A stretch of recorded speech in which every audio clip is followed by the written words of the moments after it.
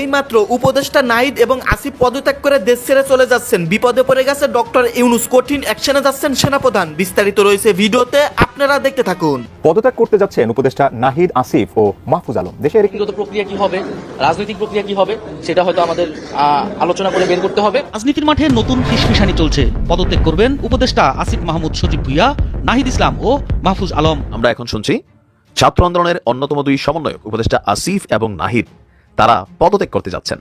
এরপর পদত্যাগ করবেন উপদেষ্টা মাহফুজ। আর এই খবর পদত্যাগ করতে যাচ্ছেন নাহিদ, আসিফ। পদত্যাগ করল যুব ও ক্রীড়া মন্ত্রণালয়ের উপদেষ্টা আসিফ মাহমুদ ভুইয়া এবং ডাক, টেলিযোগাযোগ ও তথ্য প্রযুক্তি মন্ত্রণালয়ের উপদেষ্টা মোহাম্মদ নাহিদ ইসলাম। করতে যাচ্ছেন উপদেষ্টা নাহিদ, আসিফ ও মাহফুজ আলম। দেশের একটি জাতীয় দৈনিক বলছে, আগামী 15 ফেব্রুয়ারি থেকে জুনের মধ্যে অন্তর্বর্তী সরকারের উপদেষ্টা পরিষদ থেকে পদত্যাগ করবেন তারা। সে আওয়ামী লীগ অফিসিয়ালি অনেকগুলো কর্মসূচি দিয়েছে তাদের অফিসিয়াল ফেসবুক পেজ থেকে। এটা মোটামুটি ঠাট্টা করার মতো বিষয়ই হয়ে দাঁড়িয়েছিল, আমরাও করেছি, আমি নিজেও এটা নিয়ে হালকা ঢঙে কিছু কথা বলেছিলাম। কিন্তু এই ব্যাপারটার একটা সিরিয়াস ডাইমেনশন তৈরি হয়েছে সন্ধ্যা নাগাদ গতকাল। আসসালামু আলাইকুম রহমতুল্লাহ, সবাই কেমন আছেন? আশা করি সবাই অনেক অনেক ভালো এবং সুস্থ আছেন। সবাইকে স্বাগতম জানাচ্ছি আমাদের আরেক নতুন ভিডিওতে।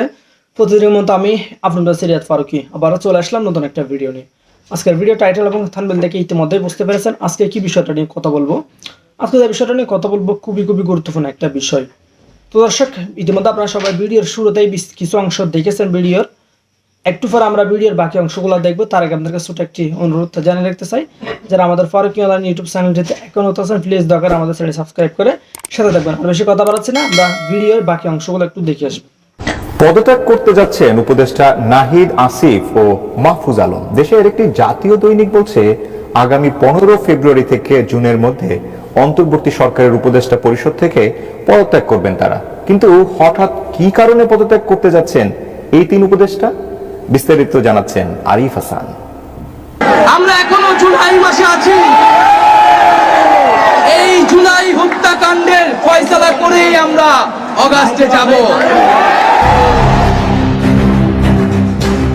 জুলাইয়ে ছাত্র জনতার আন্দোলনে নেতৃত্বদানকারী অন্যতম তিন সমন্বয়ক নাহিদ ইসলাম, আসিফ মাহমুদ সজীব ভুইয়া এবং মাহফুজ আলম। তীব্র আন্দোলনের মুখে শেখ হাসিনার পতন হলে অন্তর্বর্তী সরকারের উপদেষ্টা পরিষদে ছাত্রদের প্রতিনিধি হিসেবে যুক্ত হন তারা তিনজন। সামলাচ্ছেন সরকারের গুরুত্বপূর্ণ মন্ত্রণালয়গুলো। কিন্তু অন্তর্বর্তী সরকার গঠনের 5 মাস যেতে না যেতেই তাদের পদত্যাগের গুঞ্জন সামনে আসছে, যা নিয়ে শুরু হয়েছে নানা জল্পনা কল্পনা।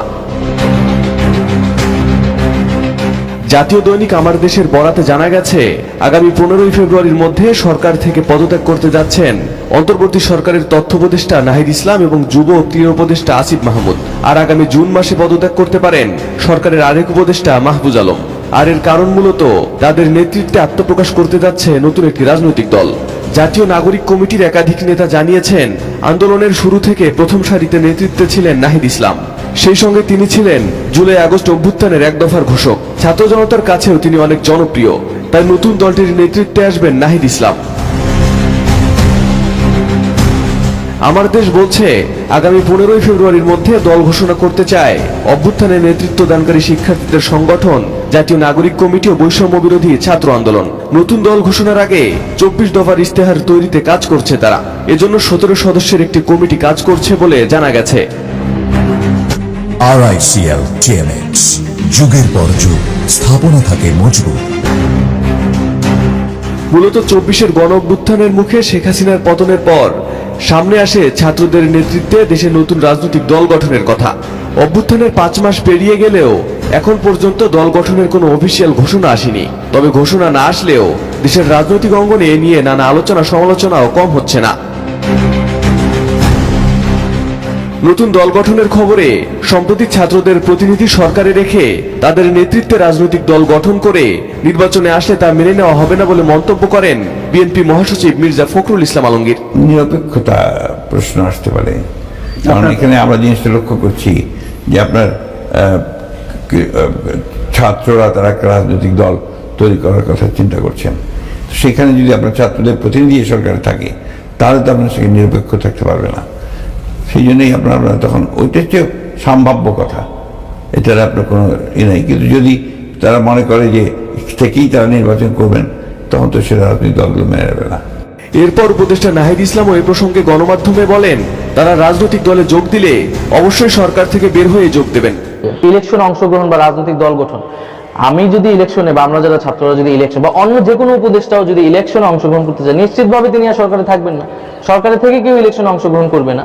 ইলেকশনে অংশগ্রহণ করতে হলে অবশ্যই একটা নির্দিষ্ট সময়ের আগেই সরকার ছেড়ে দিবে তারা। এবং রাজনৈতিক দল গঠনের বিষয় হচ্ছে যে আমরা তো যে বাইরের যে রাজনৈতিক দল গঠন ছাত্ররা করতে যাচ্ছে, সেই গঠন প্রক্রিয়ায় আমরা তো প্রত্যক্ষভাবে অংশগ্রহণ করছি না। এবং বৈষম্য বিরোধী নতুন কমিটি হয়েছে, জাতীয় নাগরিক কমিটির আলাদা বডি আছে, তারা তাদের মতো কাজ করতেছে। আমরা যদি সেই দল গঠন প্রক্রিয়ায় অংশগ্রহণ করতে চাই সরাসরিভাবে, আমরা অবশ্যই সরকার ছেড়ে দেব। এদিকে সম্প্রতি জাতীয় নাগরিক কমিটির একটি বৈঠকে বেশিরভাগ সদস্য মতামত দিয়েছেন যে অন্তর্বর্তী সরকারে থাকা এক বা একাধিক ছাত্র উপদেষ্টার পদত্যাগ করা উচিত।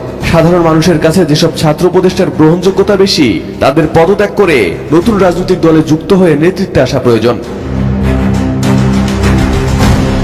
গুরুত্বপূর্ণ একটি খবর, পদত্যাগ করতে যাচ্ছেন নাহিদ আসিফ।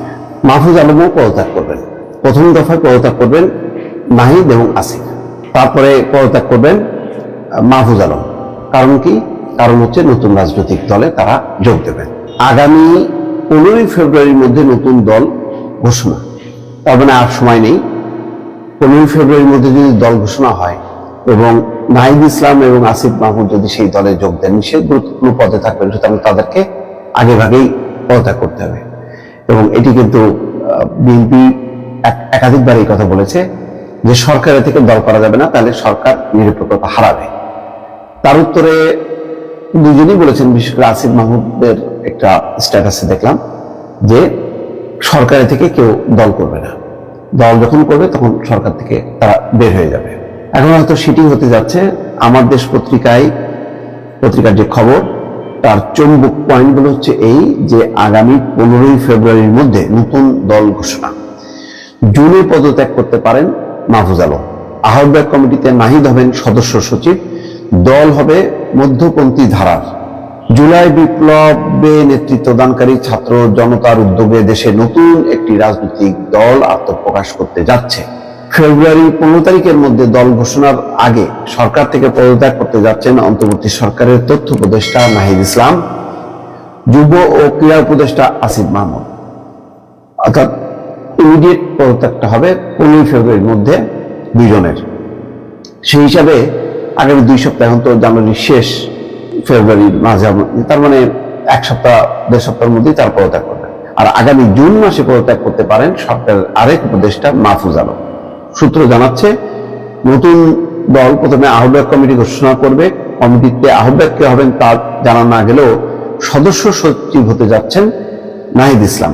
ছাত্রদের নতুন দলের গঠনতন্ত্রের কাজ চলমান রয়েছে বলে জানা গেছে। তবে মাহফুজ আলম কেন জুনে পদত্যাগ করবেন সেটাও পরিষ্কার না। এখন এই দুজন পদত্যাগ করার পর তখন তো আলোচনায় থাকবেন মাহফুজ আলম, সেও নতুন দলে থাকবেন, তাহলে সে সরকারে কেন আছেন, এই প্রশ্নগুলো কিন্তু উঠবে। সূত্র বলছে নতুন দলে প্রথমে আহ্বায়ক কমিটি ঘোষণা করা হবে এবং সেখানে তো আহ্বায়ক থাকবে নাহিদ ইসলাম। আচ্ছা, নতুন দল গঠন নিয়ে দেশের রাজনীতি এখন সরগরম হয়ে উঠেছে। ইতিমধ্যে বিএনপির মহাসচিব মির্জা ফখরুল ইসলাম আলমগীর যে বক্তব্য, পাল্টা বক্তব্য নতুন বিতর্কের জন্ম দিয়েছে। নিরপেক্ষ সরকার এবং আরেকটি 1/11 প্রসঙ্গ উঠে এসছে। একে কেন্দ্র করে সামাজিক যোগাযোগ মাধ্যমে নানা ধরনের গুজব ছড়ানোর সুযোগ পেয়েছে আন্ডারগ্রাউন্ডে থাকা আওয়ামী লীগের নেতাকর্মীরা। সরকার থেকে কেন নাহিদ ইসলাম পদত্যাগ করে রাজনৈতিক দলে আসবেন, এই প্রশ্নের জবাবে জাতীয় নাগরিক কমিটির একাধিক নেতা তাদের বক্তব্য তুলে ধরেছেন। জুলাই আগস্টের অভ্যুত্থানে তাদের অবদান রয়েছে। তবে আন্দোলনের শুরু থেকে প্রথম সারিতে নেতৃত্বে ছিলেন নাহিদ ইসলাম। সেই সঙ্গে তিনি ছিলেন জুলাই আগস্ট অভ্যুত্থানের 1 দফার ঘোষক। ছাত্র সমন্বয়করা আরো বলেন, দিন শেষে 1 দফার যিনি ঘোষণা দিয়েছেন তিনি মূল নেতা। তাছাড়া সাধারণ ছাত্র জনতার কাছে নাহিদ ইসলামের জনপ্রিয়তা অনেক বেশি। সূত্র বলছে, সম্প্রতি জাতীয় নাগরিক কমিটির একটি বৈঠকে বেশিরভাগ সদস্য মতামত দিয়েছে যে অন্তর্বর্তী সরকারে থাকা 1 বা একাধিক ছাত্র উপদেষ্টার পদত্যাগ করা উচিত। সাধারণ মানুষের কাছে যেসব ছাত্র উপদেষ্টার গ্রহণযোগ্যতা বেশি, তাদের পদত্যাগ করে নতুন রাজনৈতিক দলে যুক্ত হয়ে নেতৃত্বে আসা উচিত। নাগরিক কমিটির সূত্র বলছে, নতুন রাজনৈতিক দল ঘোষণার আগে একটি আহ্বায়ক কমিটি হবে। কমিটিতে নাসিরুদ্দিন পাটোয়ারি, হাসনাত আব্দুল্লাহ, সার্জিস আলমের নাম আলোচনায় রয়েছে। আহ্বায়ক কমিটির মাধ্যমে রাজনৈতিক দলের আত্মপ্রকাশের পরে সময় নিয়ে কাউন্সিলের মাধ্যমে পূর্ণাঙ্গ কমিটি করা হবে। যাই হোক, এখন দেখা যাক এই নতুন রাজনৈতিক দল যদি হয় ভালো, এবং তবে সরকারের থেকে বের হয়ে এসে দ্রুত করা উচিত, যাতে কেউ বলতে না পারে এটা কিংস পার্টি, নতুবা রাজনৈতিক সমালোচনার মুখে পড়তে হবে। ইতিমধ্যে হচ্ছে সেই আলোচনাগুলি, সেই আলোচনা কে অন্তত থামানোর জন্য হলেও একটা স্বতন্ত্র ধারা, যেখানে সরকারকে কেউ প্রশ্নবিদ্ধ যাতে না করতে পারে, সেটি করা উচিত বলে অনেকে মনে করছেন। দর্শক ভালো থাকবেন, আল্লাহ হাফেজ। ফেব্রুয়ারি মাসে আওয়ামী লীগ অফিসিয়ালি অনেকগুলো কর্মসূচি দিয়েছে তাদের অফিসিয়াল ফেসবুক পেজ থেকে। এটা মোটামুটি ঠাট্টা করার মতো বিষয়ই হয়ে দাঁড়িয়েছিল, আমরাও করেছি, আমি নিজেও এটা নিয়ে হালকা ঢঙে কিছু কথা বলেছিলাম। কিন্তু এই ব্যাপারটার একটা সিরিয়াস ডাইমেনশন তৈরি হয়েছে সন্ধ্যা নাগাদ, গতকাল সন্ধ্যা নাগাদ। কারণ সরকারের দিক থেকে একটা ব্রিফিং হয়েছিল, আমাদের যিনি প্রেস সচিব আছেন শফিকুল আলম ভাই, তিনি আওয়ামী লীগের কর্মসূচি প্রসঙ্গে কথা বলেছেন। ইনফ্যাক্ট তাকে প্রশ্ন করা হয়েছিল, তার জবাবে তিনি কিছু কথা বলেছেন, এবং যে কথাগুলো নিয়ে আবার পাল্টা বিতর্ক তৈরি হয়েছে। অনেকগুলো প্রশ্ন, যে তিনি যা বলেছেন সেটা কি করা সম্ভব, সেটা কি করা যেতে পারে, সেটা কি করা উচিত হবে, সেটা কি করা লিগ্যাল হবে এট দ্য সেম টাইম। তাহলে আওয়ামী লীগের কর্মসূচি নিয়ে আমরা আসলে কি করব, কি করা উচিত, এই আলাপগুলো আছে। শফিক ভাই যে মন্তব্যগুলো করেছেন, প্রথমে একটা প্রশ্ন আসবে, সেটা হচ্ছে এটি কি তার ব্যক্তিগত মতামত? তাহলে সাথে সাথে প্রশ্ন আসবে যে একজন প্রধান উপদেষ্টা প্রেস সেক্রেটারি কিভাবে ব্যক্তিগত মতামত দেন। আবার পাল্টা, সরকার কিভাবে ভাবছে? তাহলে সরকার যদি এভাবে ভেবে থাকে, তাহলে ব্যাপারটা আরো বেশি সিরিয়াস হয়ে দাঁড়ায়। শফিক ভাই কি বলেছেন আমরা একটু পড়ি। শফিকুল আলম বলেছেন, বাংলাদেশে যতদিন না তারা ক্ষমা চাচ্ছে, তাদের নেতৃত্বকে ট্রায়ালের মধ্যে আনা হচ্ছে, এবং যতক্ষণ না বিচার হচ্ছে, দায়বদ্ধতার মধ্যে আসে, ততদিন তাদের কোনো প্রতিবাদ কর্মসূচি করতে দেয়া হবে না। তাদের আগে বিচারের সম্মুখীন হতে হবে, আমাদের স্পষ্ট অবস্থান এখানে। তিনি বলেন, আওয়ামী লীগের শীর্ষ নেতা সহ অনেকে জুলাই হত্যাকাণ্ডের সঙ্গে জড়িত।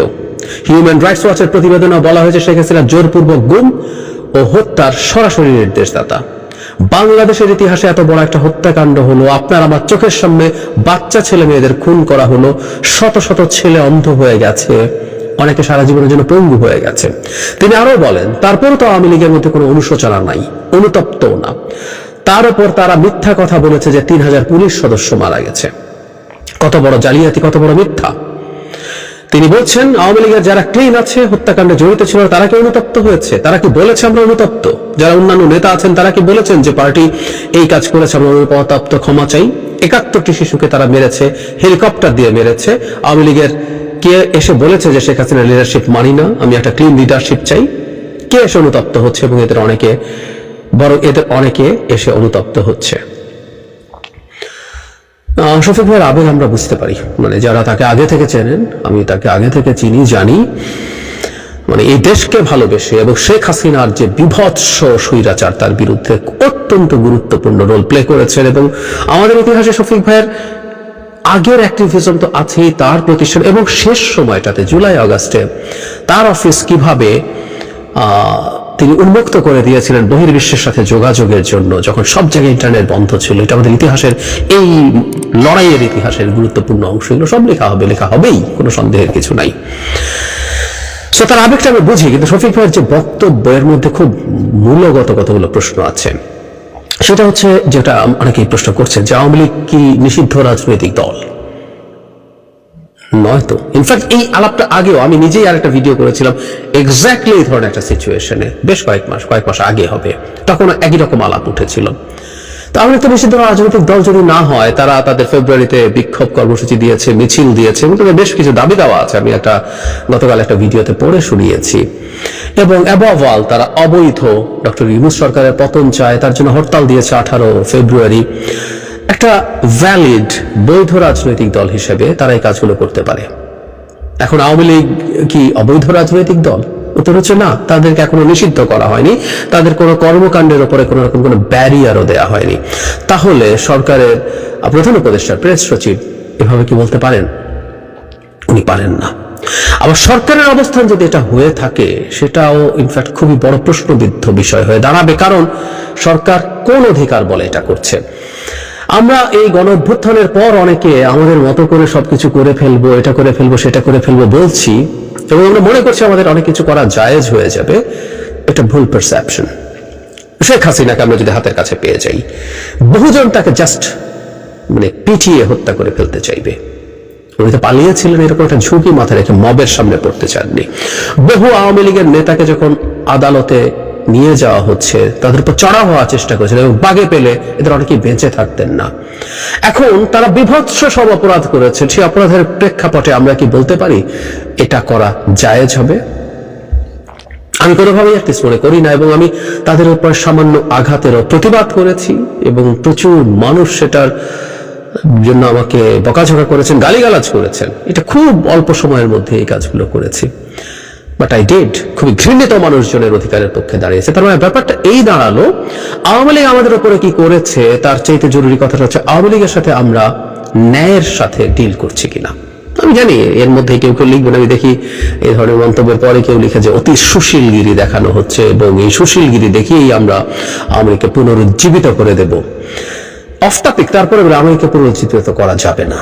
আমরা যদি একেবারে আপাদমস্তক আহাম্মক না হই, আমরা যদি ন্যারেটিভ তৈরি করতে ব্যর্থ হই তাহলে পারবে, কিন্তু যদি অতটা আহাম্মক আমরা না হই আওয়ামী লীগ পারবে না। তো সে আলোচনা পরে।